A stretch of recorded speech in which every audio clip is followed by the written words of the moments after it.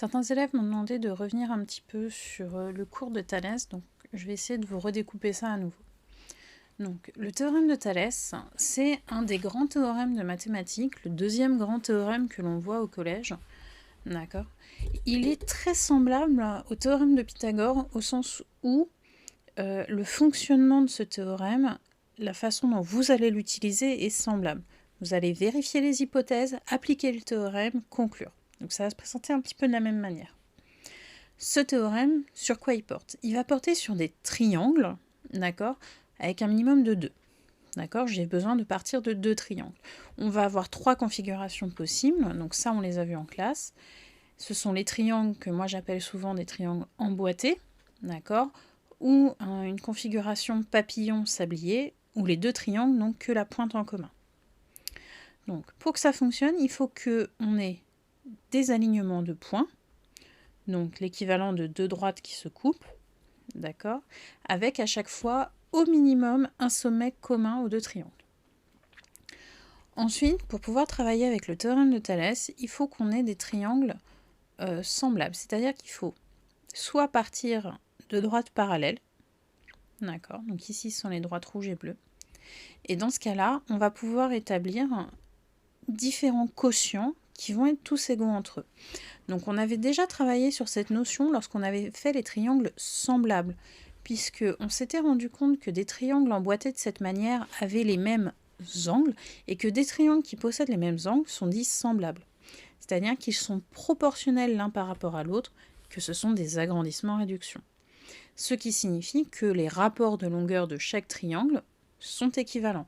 Et c'est pour ça que Thalès, en fait, symbolise ceci avec cette grande pratique.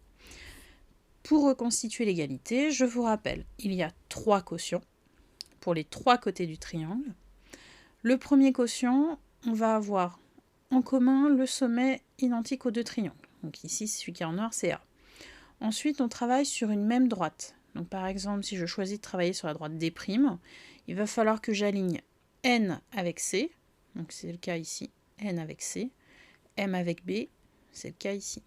Et vous voyez, ça fonctionne pour toutes les situations. À chaque fois, N et C, MB ensemble, NB, NC, MB, NC. Voilà, donc les 2 premiers quotients s'écrivent comme ça. Pour écrire le dernier, je peux remarquer que j'ai MN ici, donc j'écris MN. B et C, j'écris BC. Voilà, ça nous permet de retrouver. On avait vu également un autre moyen de vérifier, c'était de se rendre compte que si je prends les numérateurs, AM, AN et MN, ça correspond aux 3 côtés de un des triangles. Donc j'ai bien AN, AM, MN qui correspond à un triangle. Et de l'autre côté, AB, AC, BC. Et ils ne sont pas mélangés. Donc voilà, ça ce sont des techniques surtout pour vérifier. Alors, application. On va s'en servir premièrement pour calculer des longueurs. D'accord, on va partir du principe que l'on a toutes nos hypothèses, donc nos points alignés, nos droites parallèles, et à partir de là, on va pouvoir travailler avec Thalès. Donc, dans une situation comme ceci, on vous dit soit un triangle ABC avec quelques hypothèses, donc les hypothèses M appartient au segment AB, N appartient au segment AC, ça nous permet de dire qu'on a l'alignement. Hypothèse suivante, la droite MN est parallèle à la droite BC, donc ça va nous permettre d'appliquer le théorème de Thalès, et ensuite on a quelques éléments de longueur. Donc, les 3 premiers points nous permettent de dire qu'on a le droit d'utiliser le théorème de Thalès, et donc on écrit l'égalité correspondante. Ensuite, on va utiliser les longueurs qui sont proposées, et on les remplace dans l'égalité. À partir de là, on va pouvoir commencer à réfléchir à ce qui nous est demandé. Donc on nous demande ici de calculer la longueur AN. Donc si je veux la longueur AN, il est évident que je vais prendre le premier quotient que je connais entièrement et que je vais prendre le quotient où intervient justement la longueur AN. Je n'ai pas besoin d'autre chose. Tiens, il y a une faute de frappe là. D'accord, je n'ai pas besoin d'autre chose puisque c'est tout ce qu'on me demande pour l'instant. Donc je vais uniquement me centrer sur ces 2 quotients.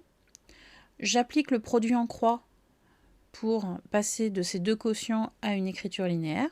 Donc 4 fois 9 d'un côté, 6 fois AC de l'autre. J'ai ma croix. Et ensuite, il faut que j'isole la longueur que je veux, donc en divisant, en supprimant la partie ici en trop, donc en divisant par 6.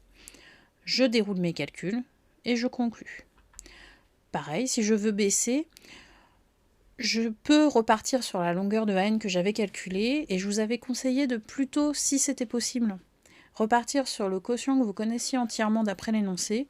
Comme ça, si jamais vous avez fait une erreur de calcul, vous limitez les risques. Ce n'est pas toujours possible, et si vous êtes sûr de vous, vous avez bien sûr le droit d'utiliser les longueurs que vous avez calculées. Et on fait la même chose, on écrit les deux quotients qui nous intéressent, on fait un petit produit en croix, 4 fois BC d'un côté, 6 fois 3 de l'autre. On isole la longueur que l'on veut, donc ici BC, en divisant par 4, et je fais le calcul.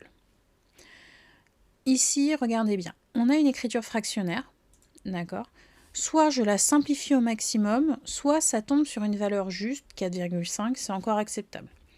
Ici, vous avez le choix. Attention, dans le doute, préférez peut-être l'écriture fractionnaire, votre calculatrice le gérera très bien. D'accord ? Voilà, donc ça, c'est la première partie du théorème de Thalès.